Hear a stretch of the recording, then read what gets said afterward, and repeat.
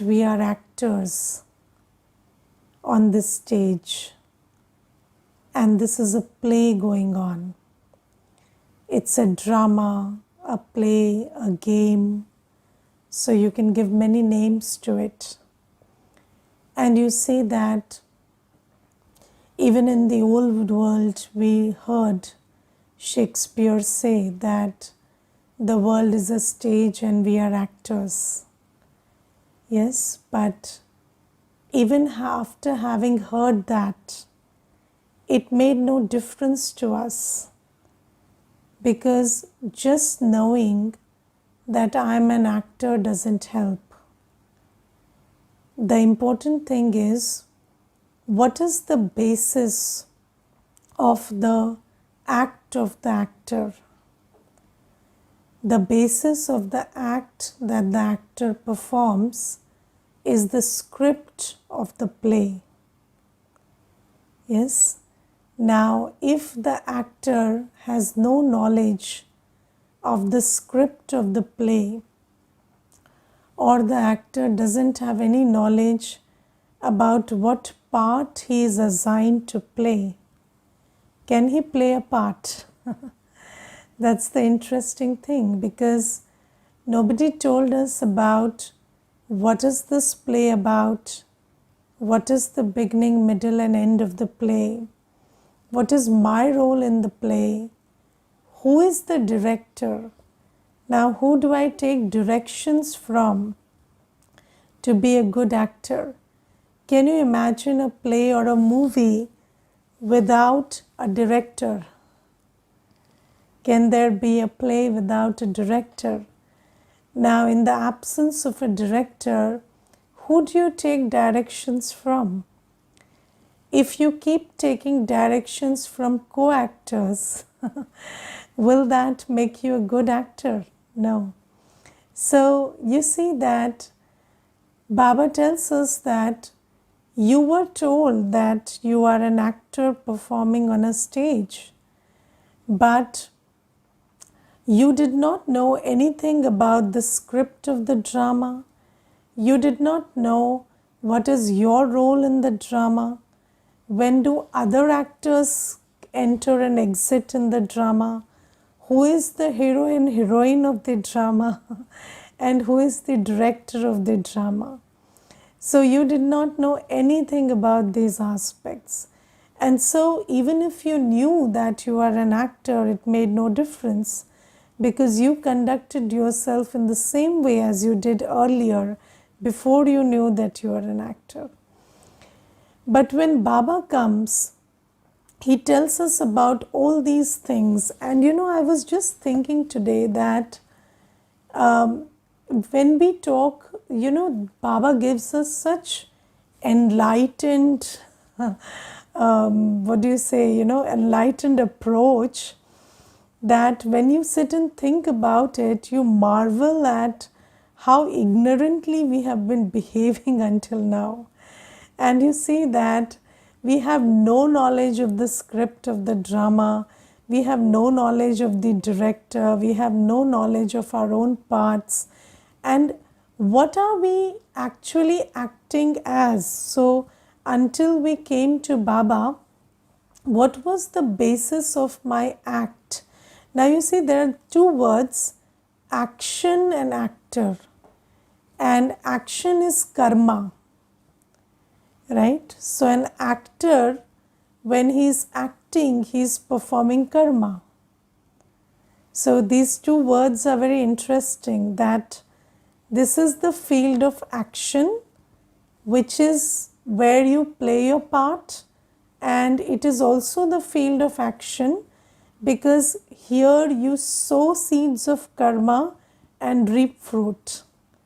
So action is equal to karma, and an actor is performing action, which is he is doing karma.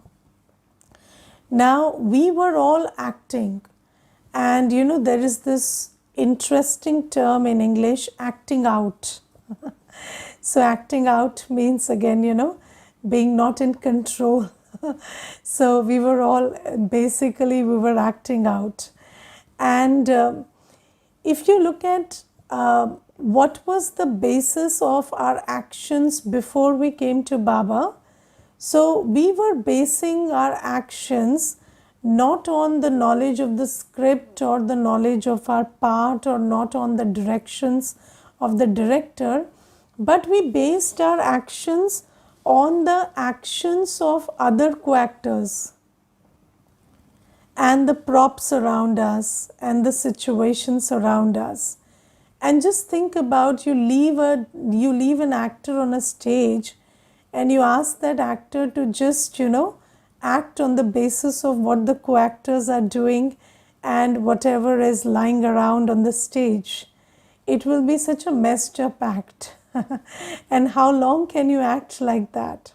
So we also were acting in this bizarre fashion. And then Baba comes and tells us that no, you have to be an actor who acts on the directions of the director, who acts on the basis of the knowledge of the script and the knowledge of your own part.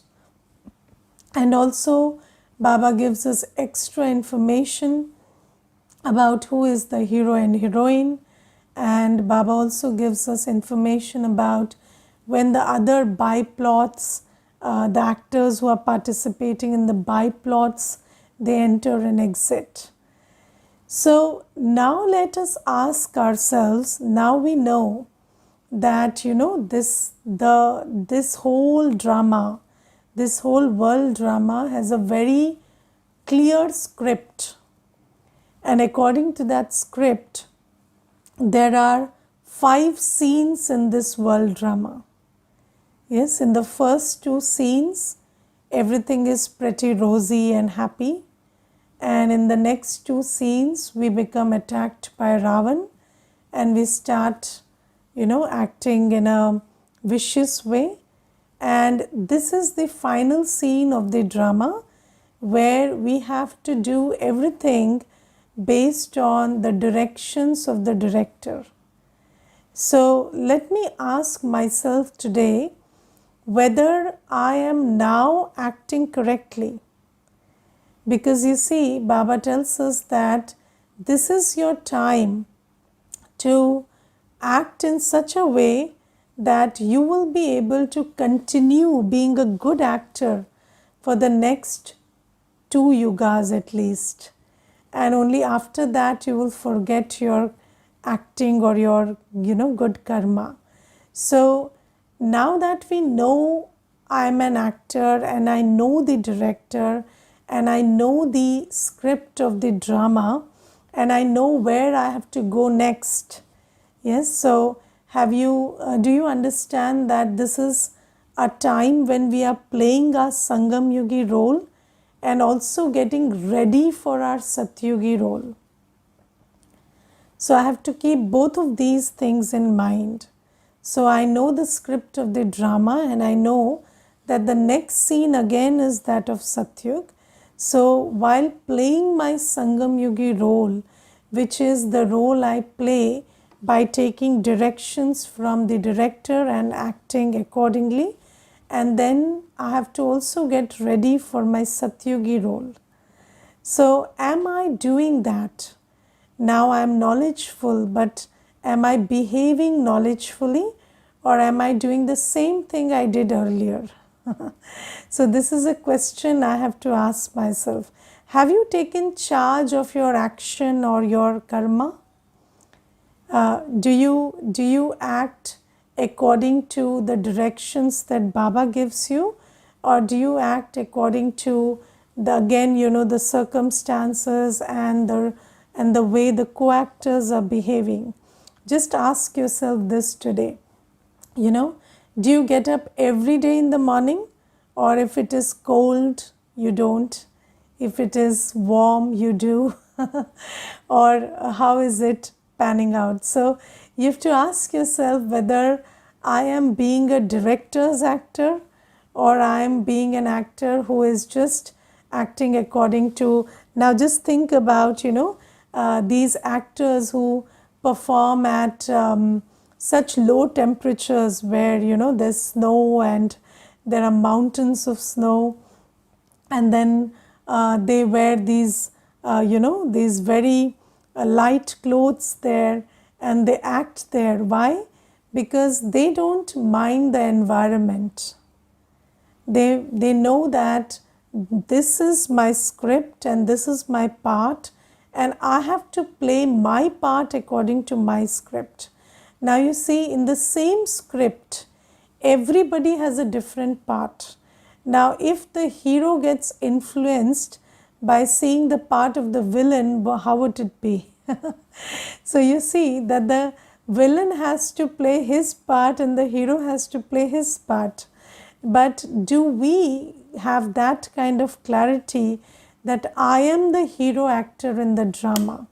Or do I get confused between, everybody is being bitter and everybody is being indisciplined and everybody is being irresponsible, so why should I do all the thing?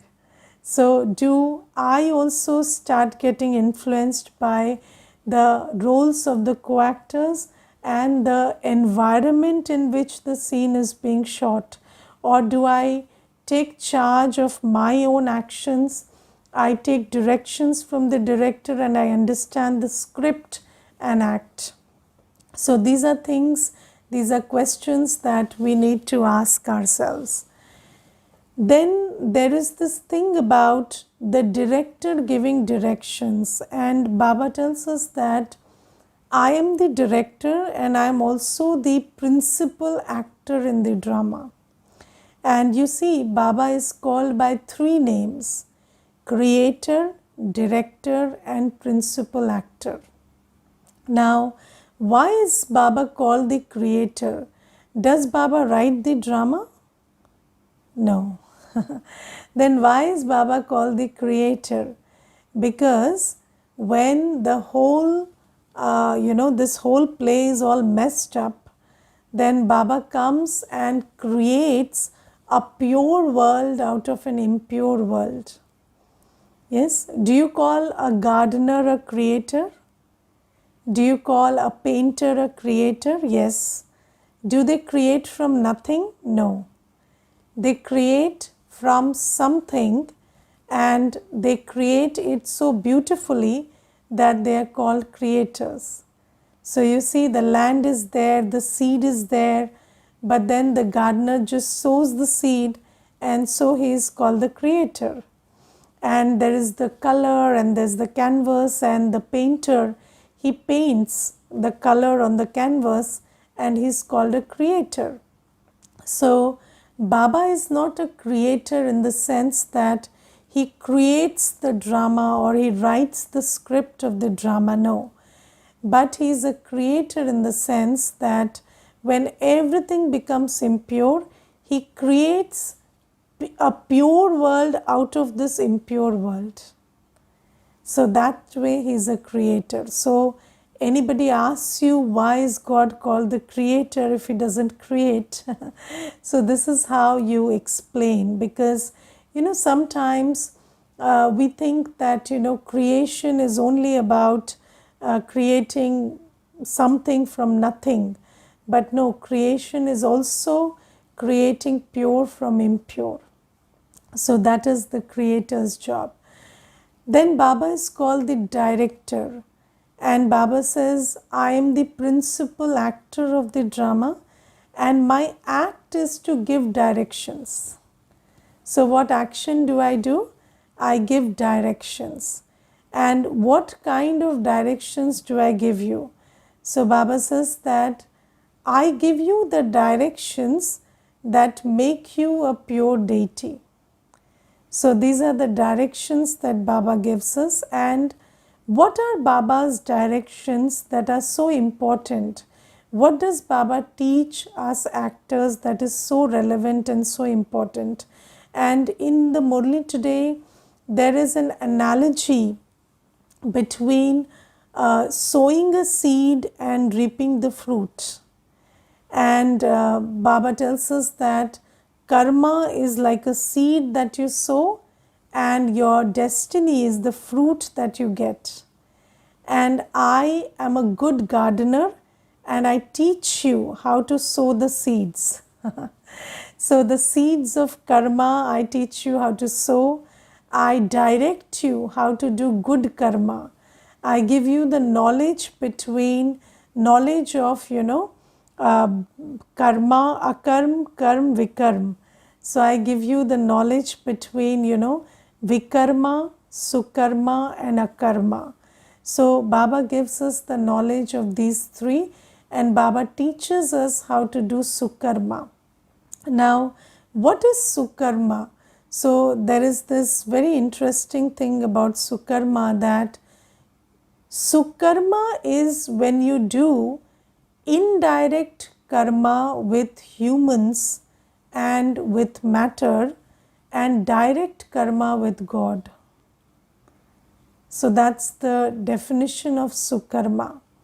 So when you are doing everything directly for Baba and indirectly for others, that's sukarma. So when you do everything because Baba told you, and yes, everything that is done in this karam kshetra, somebody or the other will reap benefit out of it. So when you don't do things directly for matter and humans, but you do it directly for Baba and indirectly for humans and matter, that is sukarma. And this is why you cannot do sukarma without knowing Baba and knowing his directions, can you? Because when you are directly doing something for Baba, you should know what Baba likes, what Baba tells you to do, what Baba doesn't tell you to do. And without that, how can you do anything directly for Baba?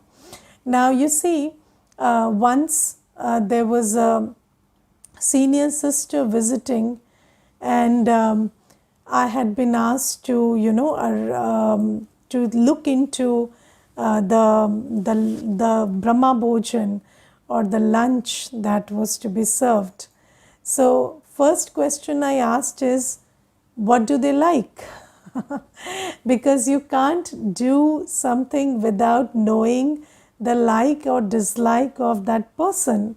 So similarly, when you have to do something for Baba, you must know what Baba likes, what Baba asks us to do, what Baba doesn't ask us to do. So knowing Baba, knowing Baba's directions are mandatory for sukarma. And you cannot do sukarma without being God conscious or without knowing Baba.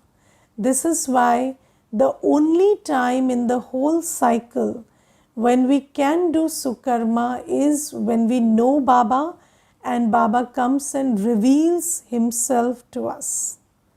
So Baba tells us that I teach you how to sow the best seeds, and the best seeds are the seeds of sukarma. And what is sukarma? Now you see, Baba tells us that first sukarma is you remember me. So the first thing that Baba teaches us, the thing that we need to do on Baba's directions is remember me.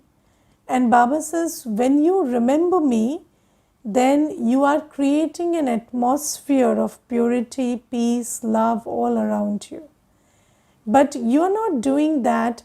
And I'll tell you one thing, there was this one Mata, and she used to always ask me, how do I know that when I am meditating, then the world is changing?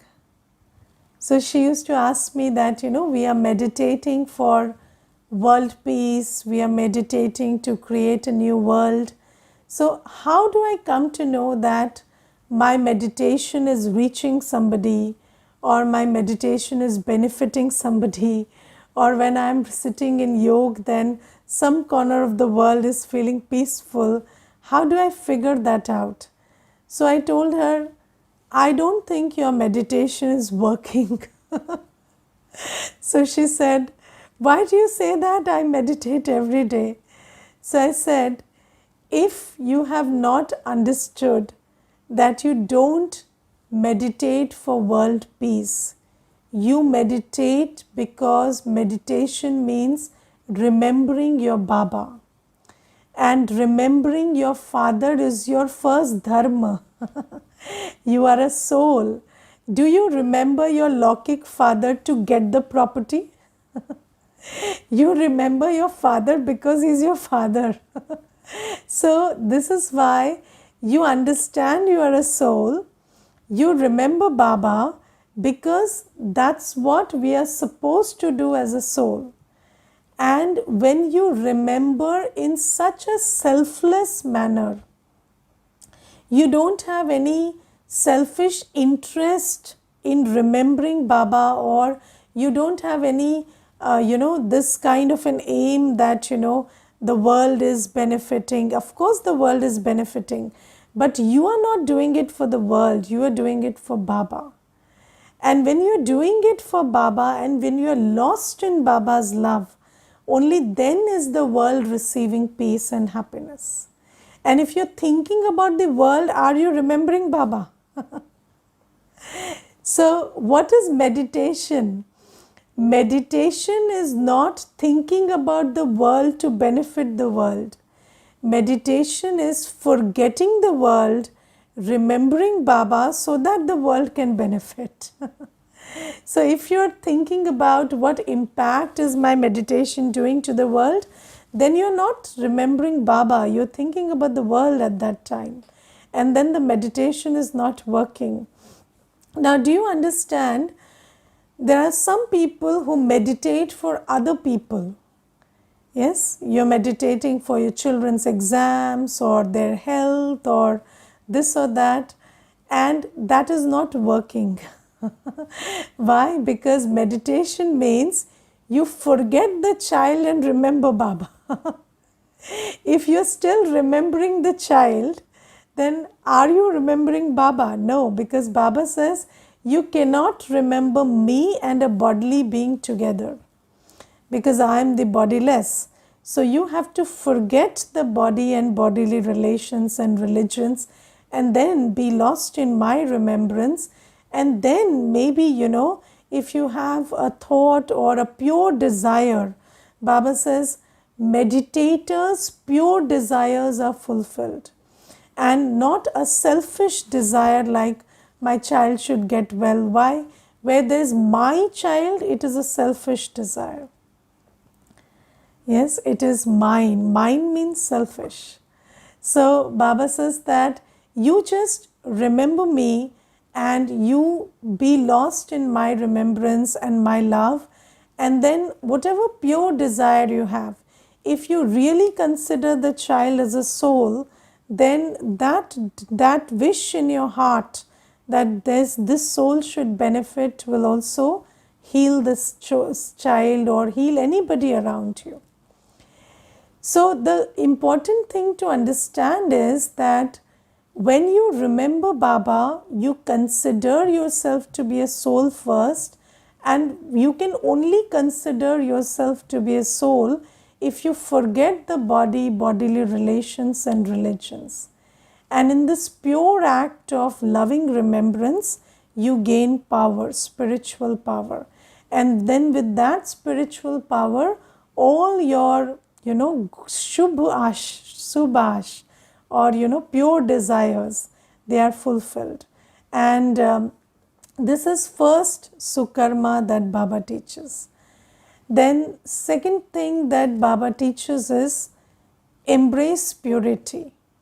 Yes, pure food, no engagement of the senses in impure actions, pure hearing, pure seeing.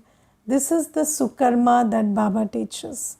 And Baba says that you are not doing it with any short-term objective in mind. You are doing it because Baba tells you to do that. And when you do it because Baba tells you to do that, then you do it always and anyway. Yes. And when you are doing it with a limited vision, then what happens is anything becoming an obstacle in that way or any circumstance changing will make you not do it constantly and consistently. Let me give you an example. There was when it was the lockdown, at that time there was this one brother who is not a BK, he is in Sampark, so he is just in connection. And he called me after around 3 months of the lockdown, and he asked me, so what time do you get up these days? So I said, that same 3:30. So he said, but why? Now you don't have to do anything, you don't have to do any seva, you don't have to go to office, there's nothing to be done all day, then why do you have to get up at 3:30? So I said, I think I have conveyed you wrongly that we get up at 3:30 because there's a lot of work. So we don't get up at 3:30 because there's a lot to do. We get up at 3:30 because that's the time to remember Baba. That is Amrit Vela. So irrespective of whether it is a lockdown or there's a lot to be done, or whether I sleep at 12 or 1 or 2, it doesn't matter. The time of getting up is 3:30 because that's the time to meet Baba. So he said, this is very surprising because when situations change, then people change what they do. So I said, yes, we change that so we change the mode of seva according to the situation. But we don't change our dharana according to the situation. Because dharana we don't do for others. Dharana we do on Baba's directions. So you see that we have to understand that whatever Baba tells us to be pure, Baba tells us to have discipline, Baba tells us to not engage our senses in sensual pleasure, and we do it for Baba. Doesn't matter if somebody beats us up for that or somebody praises us for that. We are not doing it for that person. We are doing it for Baba. And you see, if you look at the Yagya history, the mothers have faced so much resistance from society, from Lokik family, and yet they have followed Baba's Shrimat. And why have they been able to do that? Because they are doing it for Baba, and Baba gives the power to do something when you do it for Baba. So it's not about the circumstance or the situation. So purity is what we embrace because Baba asks us to. Discipline is what we embrace because Baba asks us to. So this is what the second thing that Baba teaches us. And then Baba teaches us to be a karma yogi. Yes, Baba teaches us to be a karma yogi.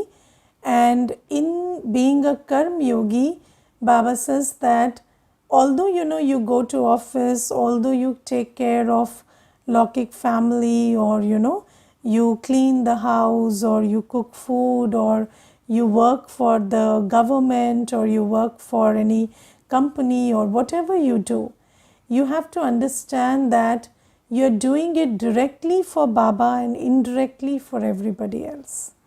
So when you do it directly for Baba, then you always keep Baba with you when you're doing it. Yes, because if you're doing it for somebody else, then your awareness is with that person. So if you're working for the boss, then you will remember the boss while working. But when you know that I'm going to office, but I'm not working for the boss, I'm working for Baba. Because Baba has given me the Shrimat to be a Karma Yogi. Yes, so when you remember that, then you always do everything in Baba's remembrance without hesitation, without fear, without doubt, without any chaos in your mind. and you are always doing everything in a peaceful, powerful state. Come what may, even if there are lots of challenges, no problem. You and Baba will cross it together. And I'll tell you one incident in my office when I used to work. At that time, there was this very interesting thing that happened. So there was one officer in the office who was not very happy with me being a BK and wearing a white dress and a badge to office. So he was always perpetually, very not happy with me. So one day what he did is he called me and he said that if you don't, and he used to ask me to do work which was not in the guide, which was against the guidelines. So I used to refuse that kind of work. And one day he got so furious, he told me, "You don't know what I can do." So I said, "You may be able to do a lot of things, but you can't do anything against me." So, and then he kept thinking, how could she say this? Maybe she has a lot of contacts with the Prime Minister or something, and that's why she's able to speak this. And then what happened is, that same day, it was so interesting that that same day there was this one secretary of some ministry who had called on my office landline to inquire about me because she needed some help for her son. And somebody had told her that the sister sits in office and you can contact her. And she needed some help, counseling kind of a help for her son. So she called on my landline. And then there was a colleague who picked up. And this person, this officer, when he wanted to know what kind of contacts I have, he asked this very colleague who had picked up that call. And then he asked, "How does this madam talk like this, that you can't do anything against me? And does she have very good contacts?" So this fellow, he says that, the secretaries of the ministry call her directly on the landline. And that was a one-time thing that never happened before or again. But then he received that message and he never messed up with me again. But you see, what I'm telling you is, if you are doing it for Baba and you are doing it according to Srimad, then you don't have to be afraid of anything, or you don't have to be threatened by anything, or you don't have to, you don't have that thought. And you have that kind of nidar and nirbhay stance, that kind of, and it works also. Baba does it magically. And then he got so silent, and then that fellow, my colleague, he told me that, this officer asked me and I told him this, that secretaries are calling you. So I kept quiet, I didn't say anything. I didn't say it was a one-time thing or anything. And then I just told Baba, "Baba, you're taking care and I'm fine. And even if he has a problem, he'll not express it again." So you see why I'm sharing this experience is because when you are a karma yogi, when you understand that anyways, you are a soul and you came alone, you'll go alone. And whatever you are doing is just because Baba is asking you to do that.